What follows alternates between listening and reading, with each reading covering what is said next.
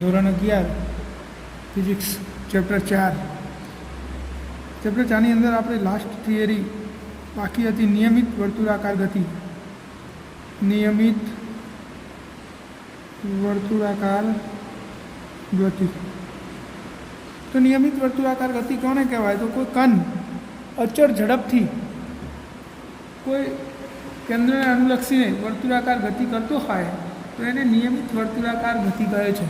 એટલે કે એનો અર્થ શું કે માન લો કે કોઈ કણ આ કેન્દ્રને અનુલક્ષીને આ વર્તુળાકાર પથ પર અચળ વેગથી ગતિ કરતો હોય તો આવી ગતિને નિયમિત વર્તુળાકાર ગતિ કહે છે. અચળ ઝડપથી એનો વેગનું મૂલ્ય અચળ હોય અને એની દિશા સતત બદલાતી હોય તો આવી ગતિને નિયમિત વર્તુળાકાર ગતિ કહે છે. હવે આપણે આનો અભ્યાસ કરવાનો છે. આપણે માની લઈએ કે આર ત્રિજ્યાના વર્તુળમાં અહીંયા વેગ સદિશ વી સદિશ અને એક ડેલ્ટા ટી જેટલા સમયમાં ગતિ કરતાં કરતાં અહીંયા પહોંચું તો અહીંયા એનો વેગ સદિશ એટલે કે એની દિશા આ બાજુ છે, આપણે એને વી ડેશ કહી દઈએ. આ બિંદુના સ્થાન સદિશને આપણે આ પી બિંદુ કહી દઈએ, આ ક્યુ બિંદુ કહી દઈએ. તો આ ઓ ક્યુનો સ્થાન સદિશ આર ડેશ અને આનો સ્થાન સદિશ આર છે. તો કે આપણે જાણીએ છીએ કે આર અને આર ડેશ તે સમાન થાય કારણ કે વર્તુળની ત્રિજ્યાઓ છે. તો સ્થાનાંતર સદિશ શું થશે? આ પ્રારંભિક બિંદુથી અંતિમ બિંદુ વચ્ચેનું સીધું અંતર એટલે આ સ્થાનાંતર સદિશ જેને આપણે ડેલ્ટા આર સદિશ કહી દઈએ. તો નિયમિત વર્તુળાકાર ગતિ એટલે શું? તો કોઈ કણ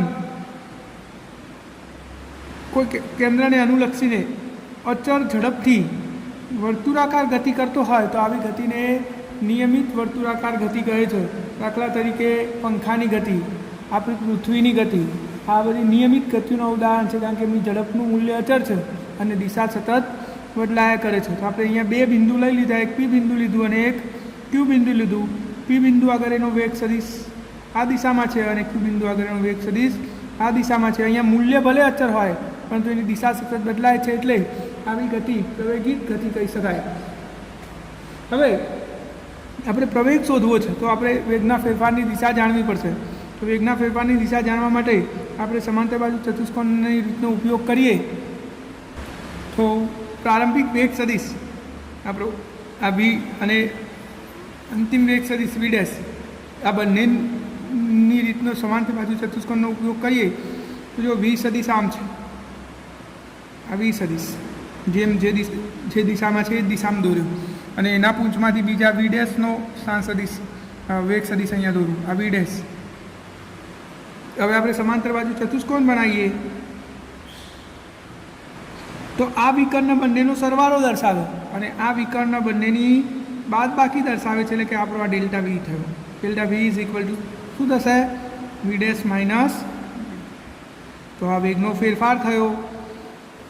હવે જુઓ અહીંયા વર્તુળાકાર ગતિ હોવાથી વી અને આર એકબીજાને લંબ છે, આ વી ડેશ અને આર ડેશ એકબીજાને લંબ છે. તો ડેલ્ટા વી અને ડેલ્ટા આર પણ એકબીજાને લંબ હોય એનો અર્થ શું થયો કે આ વેગના ફેરફારની દિશા કેન્દ્ર તરફની હોય છે. નિયમિત વર્તુળાકાર ગતિમાં આ જે આપણે વેગના ફેરફારની દિશા શોધી ડેલ્ટા વી એ કઈ દિશામાં મળી? આપણને કેન્દ્ર તરફની દિશામાં મળી. પરિણામે આપણો પ્રવેગ સદિશ પણ પ્રવેગની દિશા કઈ બાજુ હોય?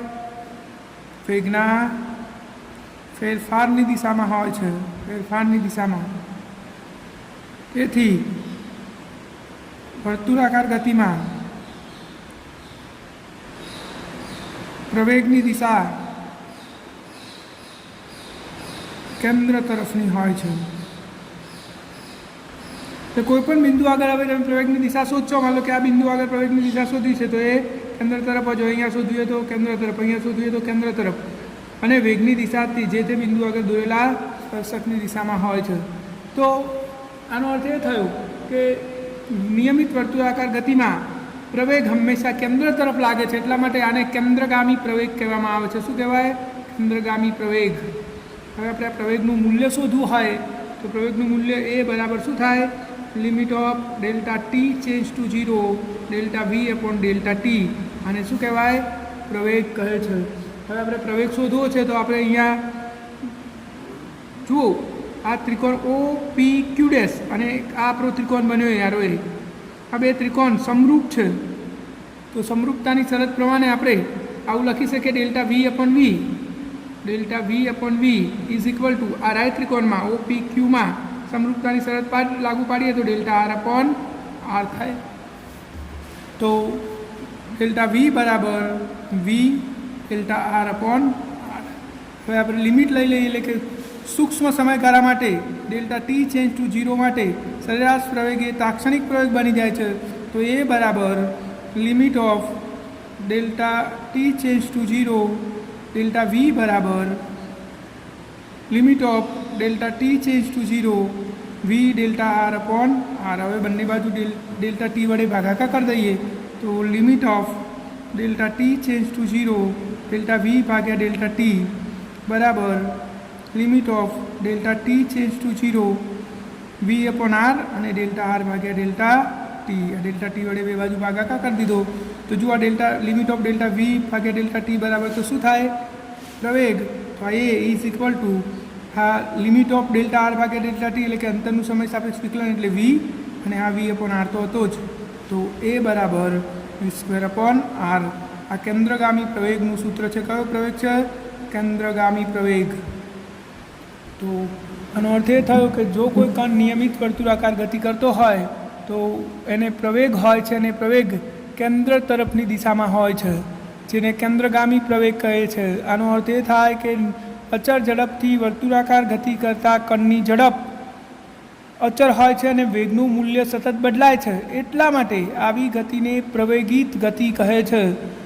હવે આપણને કોઈ પૂછે કે ભાઈ પંખાની ગતિ કેવી ગતિનું ઉદાહરણ છે તો એ અચળ વેગી ગતિ ના કહી શકાય, એને અચળ પ્રવેગી ગતિ કહી શકાય, પરંતુ અચળ વેગી ગતિ કહી શકાય નહીં, કારણ કે એના વેગનું મૂલ્ય ભલે અચળ હોય પણ એની દિશા સતત બદલાયા કરે છે.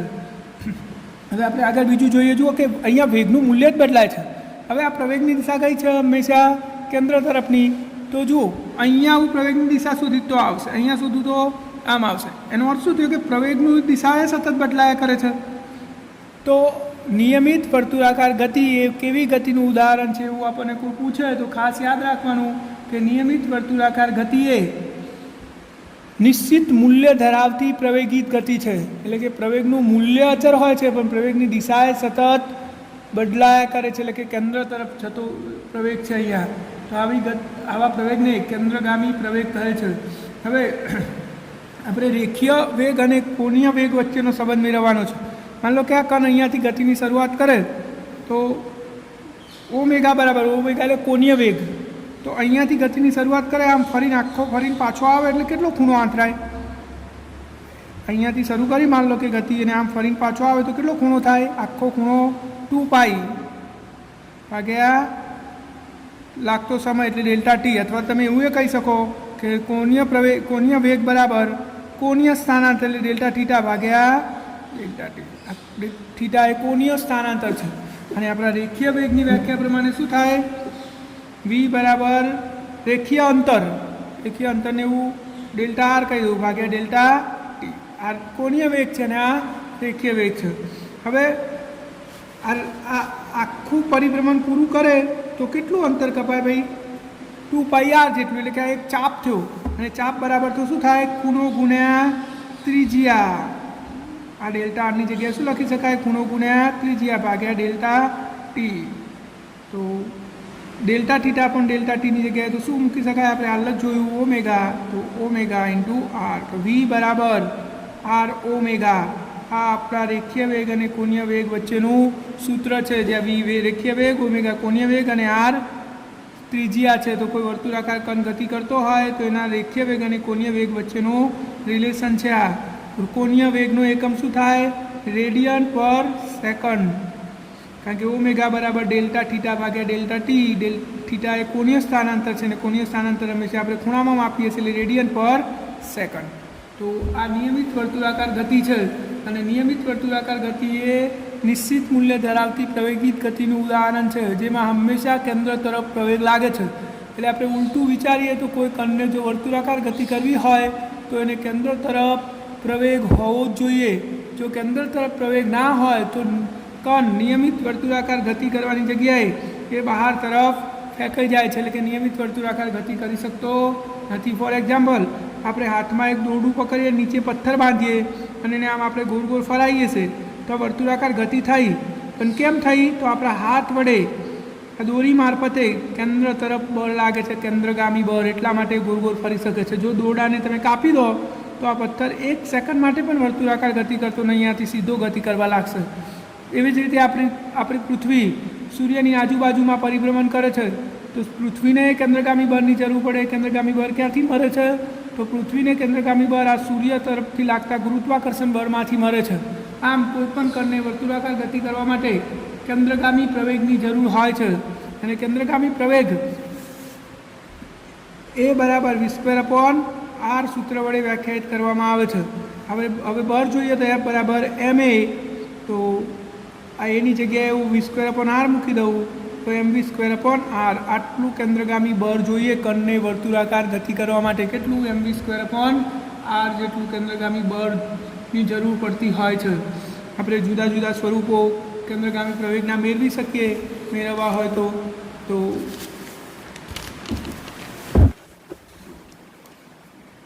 એ બરાબર આપણે સૂત્ર મેળવ્યું v²/r.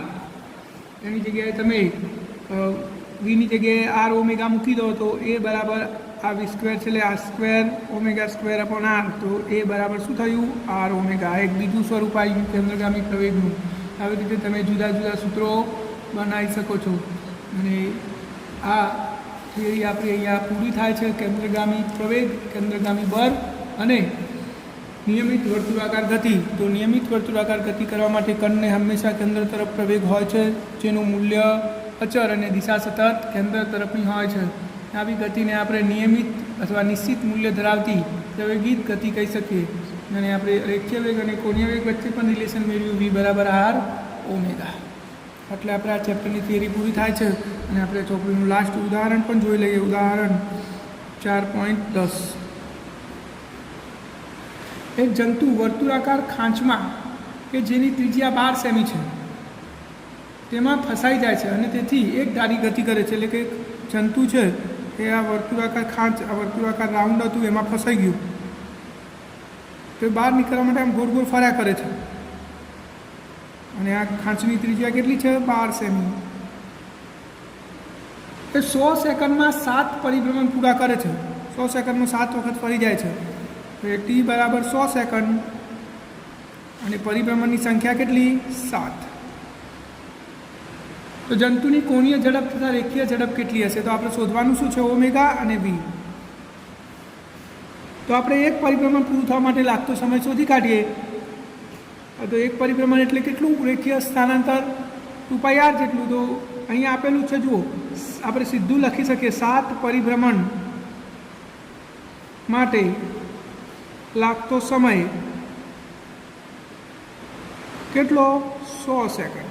તો એક પરિભ્રમણ માટે લાગતો સમય કેટલો? અને એક પરિભ્રમણ માટે લાગતો સમય એટલે આવર્તકાળ t બરાબર 100/7 સેકન્ડ.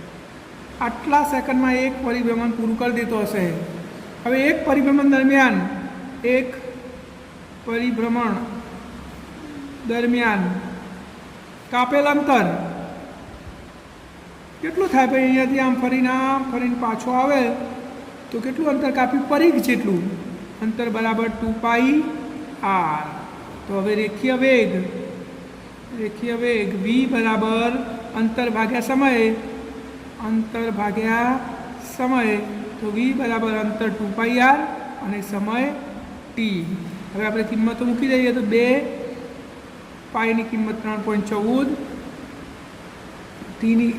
r ની કિંમત 12 સેમી × 10⁻², મીટરમાં ફેરવ્યું, અને t 100/7 એટલે 7 ઉપર જતા રહે. તો આપણે આ કેલ્ક્યુલેશન કરી દઈએ તો આપણને જવાબ મળી જશે રેખીય વેગનો.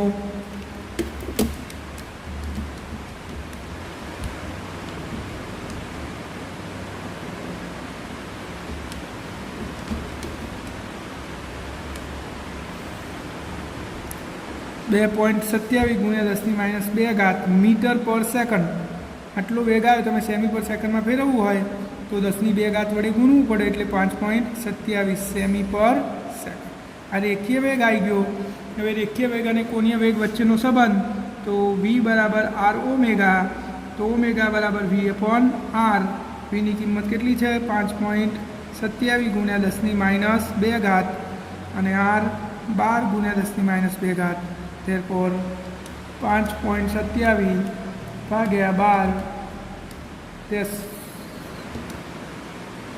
5.27 ભાગ્યા 12.43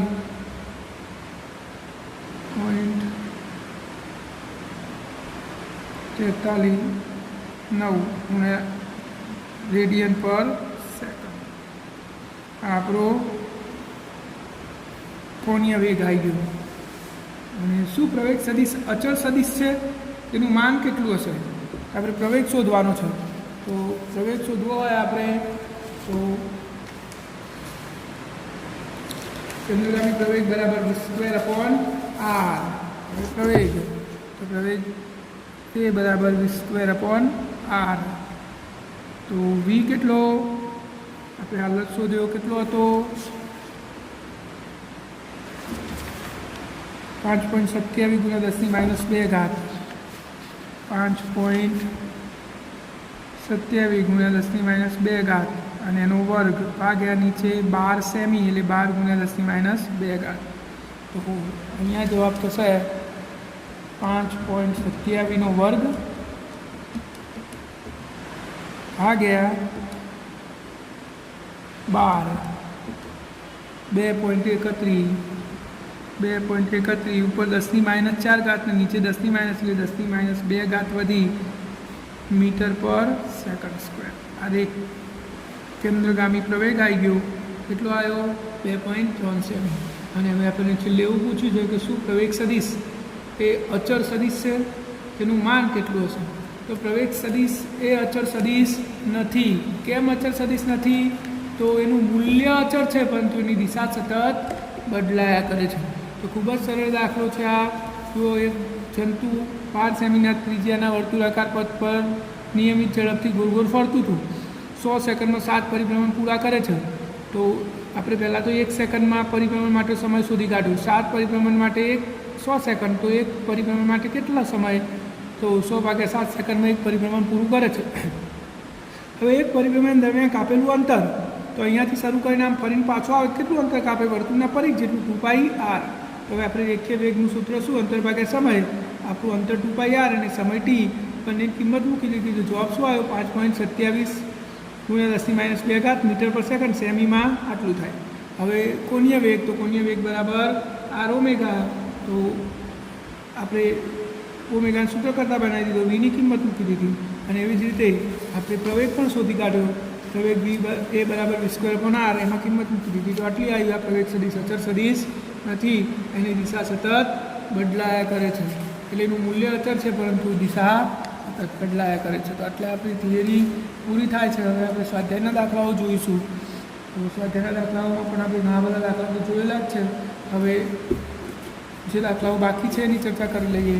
તો સ્વાધ્યાયનો દાખલા નંબર 4.8. સ્વાધ્યાય 4.8. 3 છોકરીઓ 200 મીટર ત્રિજ્યાની વર્તુળાકાર રિંગમાં બરફની સપાટી પર સ્કેટિંગ કરી રહી છે.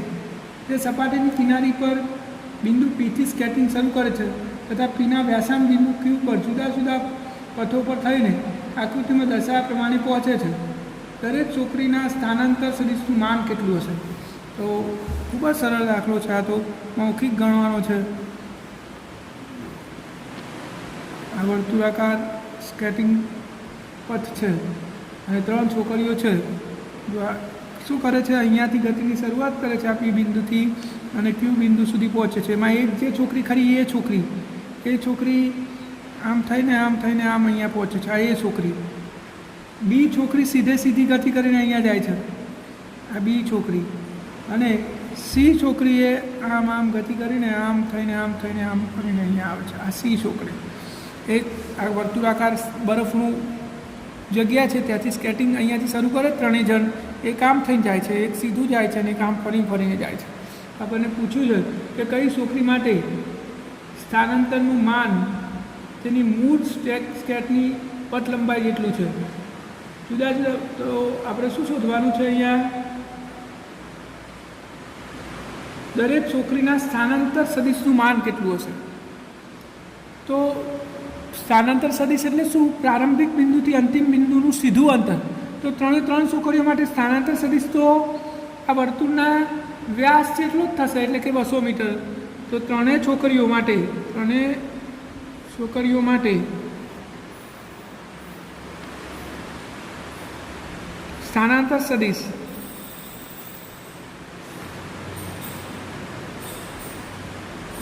ડેલ્ટા આર બરાબર 200 મીટર. સ્થાનાંતર સદિશ એટલે તો શું? સીધું અંતર. આ અંતર ગણીએ તો એને પથ લંબાઈ કહેવાય, પણ આપણે તો સ્થાનાંતર સદિશનું માન કીધું છે.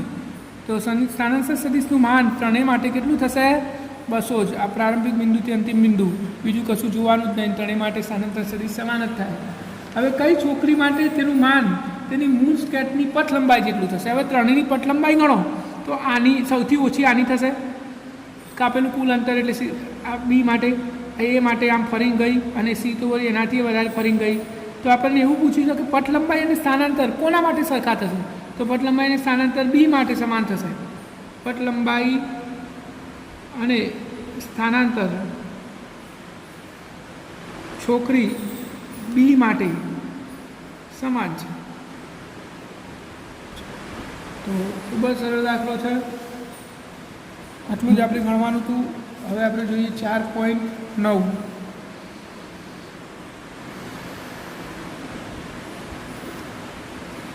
એક સાયકલ સવાર 1 કિમી ત્રિજ્યાના વર્તુળાકાર બગીચાના કેન્દ્રથી ગતિની શરૂઆત કરે છે તથા બગીચાના કિનારા પી સુધી પહોંચે છે. ત્યાંથી તે બગીચાના પરિઘ પર સાયકલ ચલાવતા QO માર્ગે કેન્દ્ર O પર પાછો આવે છે. જો ચક્કર કાપવા માટે તેને 10 મિનિટ જેટલો સમય લાગતો હોય તો સાયકલ સવારનું ચોખ્ખું સ્થાનાંતર, સરેરાશ વેગ તથા સરેરાશ ઝડપ કેટલી હશે? જો આ દાખલો ખૂબ સરળ છે. આ એક બગીચો છે, વર્તુળાકાર બગીચો, અને આ બગીચાનું કેન્દ્ર. અહીંયાથી એક સાયકલ સવાર ઓછી ગતિની શરૂઆત કરીને અહીંયા પી પર આવે છે, પછી આમ ફરીને આ પરિઘ પર ફરીને અહીંયાથી આમ પાછો આવે છે. સાયકલ સવાર શું કરે છે? અહીંયાથી નીકળ્યો, આમ ગયો, અહીંયા આવ્યો, અહીંયાથી આમ ગયો, આમ ફરીને ક્યુ સુધી પહોંચ્યો ને પછી અહીંયાથી ઓ પર પાછો આવ્યો. તો આપણે એને આમ જઈને પાછું આવતા 10 મિનિટ લાગે છે. તો સાયકલ સવારનું ચોખ્ખું સ્થાનાંતર કેટલું થશે ભાઈ? ચોખ્ખું સ્થાનાંતર જીઓ, જ્યાંથી ગતિની શરૂઆત કરી હતી ત્યાં જ ફરીને પાછો આવી ગયો. સ્થાનાંતર એટલે પ્રારંભિક અને અંતિમ બિંદુનું અંતર. તો પ્રારંભે આ છે અને અંતે આ છે, તો સ્થાનાંતર શું થયું? 0. હવે સરેરાશ વેગ. તો સરેરાશ વેગ બરાબર શું થાય? સ્થાનાંતર ભાગ્યા સમયગાળો. સ્થાનાંતર 0 છે તો સરેરાશ વેગ પણ શું થઈ જશે? 0. અને છેલ્લું આપણે શોધવાનું છે સરેરાશ ઝડપ.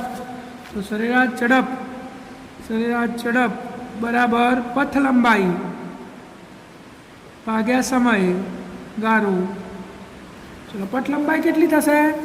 તો પથ લંબાઈ તો જેને કાપેલું કુલ અંતર, એટલે જુઓ અહીંયાથી અહીંયા આવ્યો એટલે આ ત્રિજ્યા, આટલો ચાપ અને આ ત્રિજ્યા, ત્રણેયનો સરવાળો થશે r વત્તા ચાપ વત્તા r. હવે ચાપ કેટલો થશે? તો વર્તુળનો ચોથો ભાગ, પરિઘનો ચોથો ભાગ થાય ને રોય, આ 1 ભાગ, આ 2 ભાગ, આ 3 ભાગ અને 4 ભાગ, તો આખા પરિઘનો ચોથો ભાગ જેટલો ચાપ થશે. તો પથ લંબાઈ કેટલી થશે? જુઓ, પીથી ઓથી પી આર વત્તા પીથી ક્યુ ચાપ વત્તા ક્યુથી ઓ આર ભાગ્યા સમયગાળો 10 મિનિટ. એટલે આપણે સેકન્ડમાં ફેરવી દઈએ તો ગુણ્યા 60. તો સેકન્ડમાં નહીં, આપણે કલાકમાં ફેરવી દઈએ એટલે 10 ભાગ્યા 60. મિનિટને 60 વડે ભાગો તો કલાકમાં જતું રહે. હવે જો આર વત્તા ચાપ બરાબર શું થાય? ખૂણો પરિઘનો ચોથો ભાગ કરી દો ને, પરિઘ કેટલો? 2πr અને એનો ચોથો ભાગ વત્તા આર ભાગ્યા 10 ભાગ્યા 60. તો ઉપર શું થશે? 2r વત્તા πr/2 ભાગ્યા 10 ભાગ્યા 60. તો હવે અહીંયા 2 લસા થશે તો 2 × 4, 4r વત્તા પાઈ r, 4r વત્તા પાઈ r ભાગ્યા 2, 10 ભાગ્યા 60. તો 2 30 અને 30 ઉપર જતા રહેશે 30, અંદર પાઈ r વત્તા 4r ભાગ્યા 10. હવે કિંમત મૂકી દઈએ આપણે. તો પાઈ 30, પાઈની કિંમત 3.14, આરની કિંમત 1 કિમી આપેલી છે એટલે 4 ભાગ્યા 10.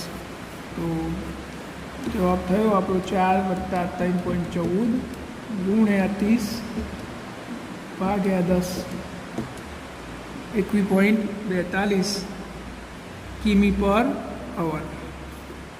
આટલી સરેરાશ ઝડપ થશે.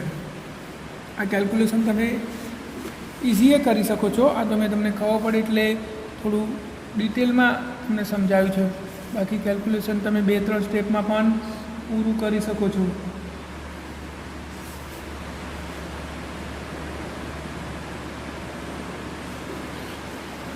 આપણે નેક્સ્ટ દાખલો જોઈએ.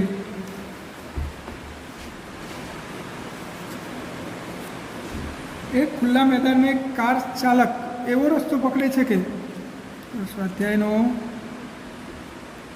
4.10. એક કાર ચાલક એવો રસ્તો પકડે છે કે 500 મીટર અંતર બાદ તે ડાબી બાજુ 60ના ખૂણે વળાંક લે છે. એક વળાંકથી શરૂ કરી કાર ચાલક ત્રીજા, છઠ્ઠા અને 8મા વળાંક પાસે સ્થાનાંતર શોધો.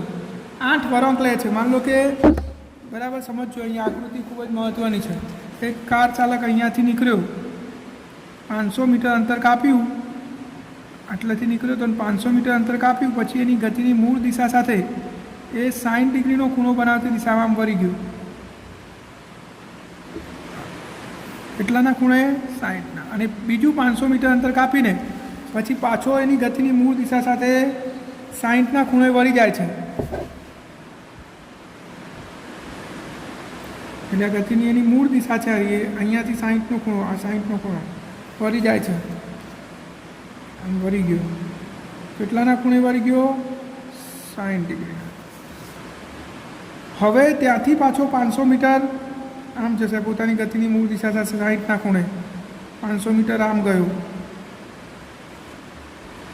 500 મીટર, અને અહીંયાથી પાછી ગતિની મૂળ દિશા સાથે 60ના ખૂણે વળી જશે. અને એટલે આવ્યું, માન લો કે અહીંયાથી પણ વળી જશે તો આમ અહીંયા જશે. આકૃતિ થોડી પરફેક્ટ નથી આવી અને આપણે એને સમજી લઈશું. આ બધા 500 500 છે. આ 500, આ 500, આ 500, આ 500, 500, 500, 8 વળાંક થઈ ગયા. જુઓ 1 2 3 4 5 6 વળાંક થયા ટોટલ. આમના આમ ફરી જાય છે. બરાબર. હવે આપણે આને આ રીતે આકૃતિને દર્શાવી દઈએ.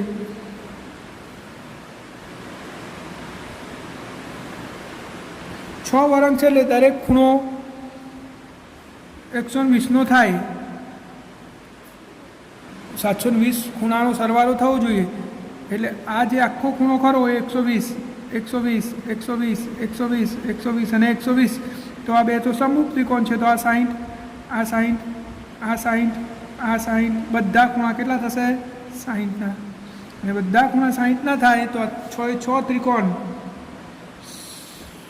સમબાજુ ત્રિકોણ થાય છે. તો આકૃતિની ભૂમિતિ પરથી કહી શકાય કે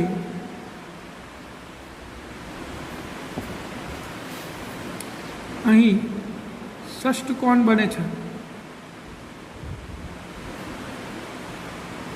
તેથી 6 ત્રિકોણ સમબાજુ ત્રિકોણ છે. હવે આપણે શોધવાનું શું છે? તો શોધવાનું છે આપણે ત્રીજા, છઠ્ઠા અને 8મા વળાંક પાસે સ્થાનાંતર. તો ત્રીજો વળાંક આપણે ગણીએ તો આ પહેલો, આ બીજો અને ત્રીજો. અહીંયા સ્થાનાંતર ગણવાનું છે. એટલે અહીંયાથી ગતિની શરૂઆત કરીને અહીંયા પૂરી થઈ તો આપણે આ અંતર ગણવાનું થાય. તો કેટલું થશે ભાઈ? તો આ 500, આ 500. સમરૂપ ત્રિકોણ અરે સમબાજુ ત્રિકોણ એટલે બધી બાજુઓ સરખી હોય તો આ 500 મીટર, આ 500 મીટર, તો આ 500 મીટર, તો આ 500 મીટર થાય તો કેટલું થશે? તો ત્રીજા વળાંક પાસે સ્થાનાંતર બરાબર 500 + 500 બરાબર 1000 મીટર. આ ત્રીજા વળાંક પાસે આવ્યું. હવે આપણે છઠ્ઠા વળાંક પાસે શોધવાનું છે. છઠ્ઠા વળાંક પાસે સ્થાનાંતર. ચલો, છઠ્ઠો વળાંક કયો થશે? આ પહેલો, આ બીજો, ત્રીજો, ચોથો, પાંચમો, છઠ્ઠો. તો ત્યાંના ત્યાં જ પાછા આવી ગયા તો શું થશે સ્થાનાંતર? 0. જો આ પહેલો, બીજો, ત્રીજો, ચોથો, પાંચમો, છઠ્ઠો, તો છઠ્ઠા વળાંક પાસે સ્થાનાંતર શું થશે? 0. અને હવે આઠમા, તો જો આઠમા વળાંક પાસે સ્થાનાંતર. તો આઠમો વળાંક એટલે અહીંયાથી શરૂ કરીએ આપણે તો પહેલો, બીજો, ત્રીજો, ચોથો, પાંચમો, છઠ્ઠો, સાતમો, આઠમો અહીંયા, એટલે આપણે આ અંતર શોધવાનું છે. તો જુઓ આપણો સદિશ આ 500 મીટર અને બીજો સદિશ છે આ 500 મીટર. આ એક સદિશ અને આ બીજો સદિશ, બે સદિશ વચ્ચેનો ખૂણો 60 છે. તો હવે સદિશનો આપણે સરવાળો કરવાનો થાય પરિણામી સદિશ. તો પરિણામી સદિશ માટે તો આપણે શું કરીએ છીએ? બે સદિશનો સરવાળો હોય તો આપણું સૂત્ર યાદ છે મૂલ્યનું, a² + b² + 2ab cos θ. આ સૂત્રનો યુઝ કરીએ તો આપણે એની જગ્યાએ 500 છે અને બીની જગ્યાએ 500 છે. આ બે સદિશ છે આપણા એ અને બી, બંને 500 500ના છે અને થીટા કેટલો? 60. તો આઠમા વળાંક પાસે સ્થાનાંતર બરાબર વર્ગમૂળમાં એની જગ્યાએ 500 એટલે 500નો વર્ગ વત્તા બીની જગ્યાએ 500 એટલે 500નો વર્ગ વત્તા 2 a એટલે 500 b એટલે 500 cos 60. તો વર્ગમૂળમાં 500નો વર્ગ વત્તા 500નો વર્ગ, 2 વખત 500નો વર્ગ વત્તા અહીંયા 2, આ 500 × 500 500નો વર્ગ cos 60ની કિંમત થાય 1/2. તો અહીંયા થશે વર્ગમૂળમાં 2 વખત 500નો વર્ગ, આ 2 2 કેન્સલ તો વત્તા 500નો વર્ગ, તો વર્ગમૂળમાં 3 વખત 500નો વર્ગ. તો 3નું વર્ગમૂળ 3 અને 500ના વર્ગનું વર્ગમૂળ 500 એટલે 500 × √3 એટલે 866 મીટર. આ આપણું સ્થાનાંતર આવી ગયું આઠમા વળાંક પાસે. હવે બધાની પટ લંબાઈ શોધવી હોય તો ત્રીજા વળાંક પાસે પટ લંબાઈ, ત્રીજા વળાંક પાસે પથ લંબાઈ. તો ત્રીજા વળાંકે પટ લંબાઈ એટલે તો કાપેલું કુલ અંતર. તો આ પહેલો, બીજો અને ત્રીજો 500 500 500 કેટલા થાય? 1500 મીટર. છઠ્ઠા વળાંક પાસે પટ લંબાઈ તો અહીંયાથી શરૂ કરીને 500 500 500 500 500 500 1 2 3 4 5 ને 6 6000 મીટર. કેટલી થશે પટ લંબાઈ? કયા વળાંક પાસે? છઠ્ઠા વળાંક પાસે પટ લંબાઈ 5 × 30 3000 મીટર. 500 + 500 + 500 + 500 + 500. અને આઠમા વળાંક પાસે પટ લંબાઈ, આઠમા વળાંક પાસે પટ લંબાઈ તો 500 500 500 500 500 500 500 કેટલા થાય? એટલે સુધી જો 500 500 500 500 500 500 અને 500 એટલે 1 2 3 4 5 6 7 8 8 5 40 એટલા 4000 મીટર. તો પટ લંબાઈ પણ આવી ગઈ. તો આ દાખલો અહીંયા પૂરો થાય છે. બીજું 4.11 સ્વાધ્યાય 4.11. એક મુસાફર એક નવા સ્ટેશન પર ઉતરીને ટેક્સી કરે છે. સ્ટેશનથી સુરેખ રોડ પર તેની હોટલ 10 કિમી દૂર છે અને ટેક્સી ડ્રાઈવર મુસાફરને 23 કિમી લંબાઈના વાંકા ચૂકા માર્ગે 28 મિનિટમાં હોટલ પર પહોંચાડે છે. તો ટેક્સીની સરેરાશ ઝડપ અને સરેરાશ વેગનું મૂલ્ય કેટલું હશે? તો એક આ સ્ટેશન અહીંયા ઉતર્યો રહ્યું, આ સ્ટેશન અને એની આ હોટલ છે. આ સીધો રસ્તો જે ખરો એ 10 કિમી દૂર છે, 10 કિમી છે, પરંતુ ટ્રાફિકના કારણે ટેક્સી ડ્રાઈવર એને આમ ફરાઈને લઈ જશે બીજા રસ્તેથી, 23 કિલોમીટર લાંબા રસ્તે થઈ. તો આપણે સરેરાશ ઝડપ શોધવાની છે. તો સરેરાશ ઝડપ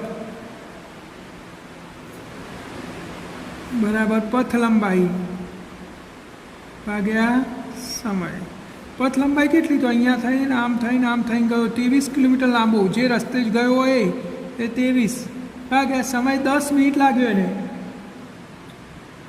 સમય એને 28 મિનિટ લાગ્યો, તો 28 મિનિટને કલાકમાં ફેરવો તો ભાગ્યા 60. તો 23 ગુણ્યા 60 ભાગ્યા 28. તો 23 ગુણ્યા 60 ભાગ્યા 28. જવાબ આવ્યો 49.28. 49.28 કિમી પર અવર. આ સરેરાશ ઝડપ આવી ગઈ.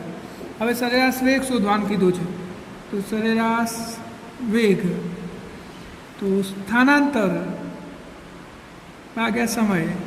તો સ્થાનાંતર કેટલું થશે? તો પ્રારંભિક બિંદુથી અંતિમ બિંદુનું સીધું અંતર એ તો 10 કિમી છે, તો 10 ભાગ્યા સમય 28 મિનિટ એટલે ભાગ્યા 60. 60 ઉપર જતા રહેશે તો ભાગ્યા 28. તો 600 ભાગ્યા 28